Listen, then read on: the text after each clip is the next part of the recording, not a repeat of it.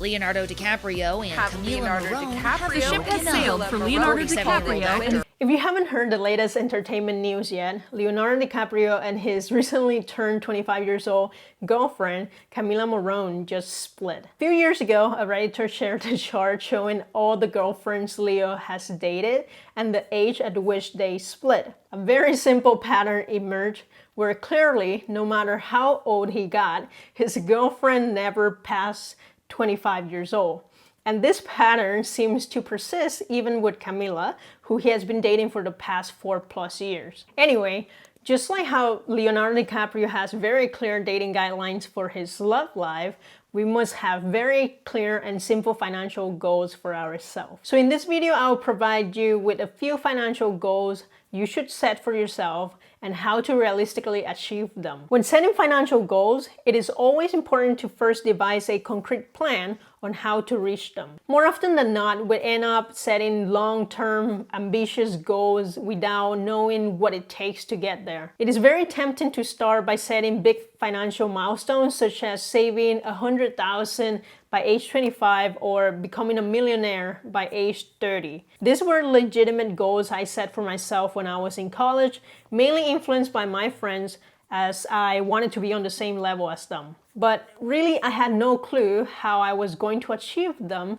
having never held a full-time job with a stable income. So before you go and write down a giant number and a timeline, there are simpler, actionable short-term financial goals everyone must achieve first to be successful later for reaching the more difficult big savings milestones. Number one of your first financial goals should be to analyze your finances.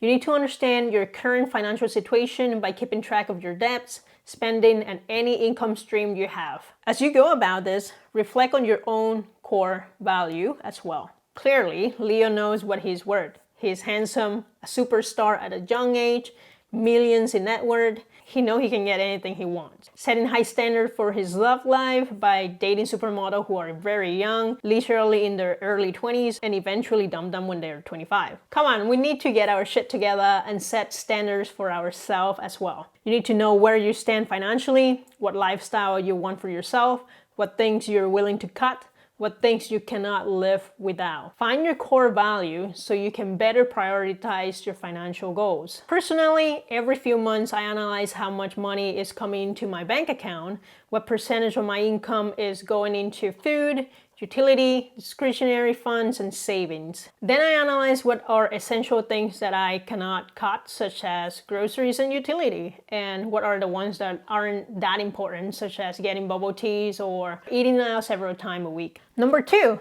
increase your credit score above 740. For those who aren't familiar with credit score, it is a 3-digit number between 300 and 850 that gives lender an idea as to how likely you are to pay off your debt. Essentially a measure of your risk as a borrower. Credit score is derived from your cumulative balance on all your open accounts, your payment history, and how much you owe to different types of creditors. A good credit score can be an important factor in getting a mortgage, a car loan, or even a job. Having a bad credit score can hurt your chances of getting approved for these loans and most likely require you to pay a higher interest rate. In order to establish your credit score, you must first borrow some money, and the easiest way to get into this is to open a credit card and use it and pay off your monthly balance on time every single month without missing one. There are different factors that could affect your credit score, and it is important to learn about them before you go and apply for a credit card right now. There's plenty of videos out there talking about this topic already, but let me know if you would like me to cover this. If you already have an established credit score but not sure what it is, you can get a credit report for free every 12 months at annualcreditreport.com. I always check my credit score and make sure it's above 740 when I apply for a loan or a credit card, and this ensures I get approved for credit cards such as Amex Platinum or the Chase Sapphire Reserve card, and will also give me the lowest interest rate for my loan. That is how we were able to qualify for a 30-year fixed mortgage at the lowest interest rate of 2.5% last year, while some were getting 3 to 3.5%. Number three, Invest in yourself by becoming financially literate. It is important to know about finances if you want to be successful in life. Like credit score, there are a lot of things that go into it, and you don't want to make an error that might not be so easy to correct. For example, missing a single payment can really hinder your chances in achieving your goals. Another way to educate yourself on finances is to surround yourself with people who are knowledgeable in the financial topics that you want to learn. Get on their level and then keep going. Find yourself a mentor by offering them something valuable in return so they are more willing to coach you. Before I got into real estate investing, I started my learning journey back in 2017 by spending a lot of time on the Bigger Pocket website.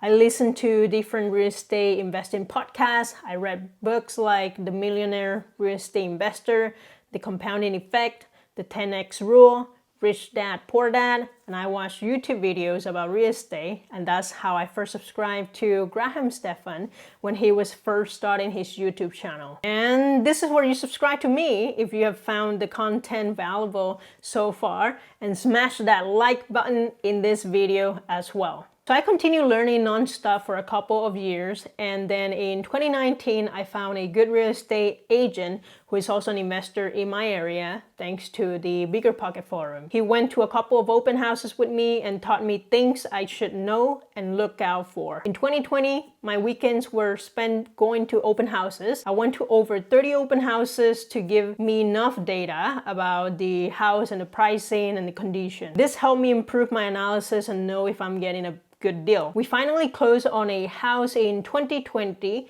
and then I basically started learning how to DIY renovation to save some money and create some sweat equity. I did very similar things when I started day trading, so make sure you spend enough time understanding all the risk and rewards and keep building and maintaining a solid financial education. They will serve you well as you go accomplish your biggest milestone. Number 4. Another financial goal is to aim to get a high-paying job or some sort of stable income stream to help you pay for your bills and have extra income for savings and paying off bad debts. Any financial goal requires you to have some sort of income. Without that, they are just unattainable goals unless you know how to leverage other people's money. These are pretty actionable financial goals that anyone should be able to accomplish. Let me know in the comment down below if there's anything you would like me to cover deeper. If you're new to this channel, I talk about my journey in tech, academia, and financial independence. Feel free to check out the other videos. Subscribe to this channel if you haven't yet. Give this video a thumbs up if you got anything out of it. Thank you so much for watching, and I will see you in the next one.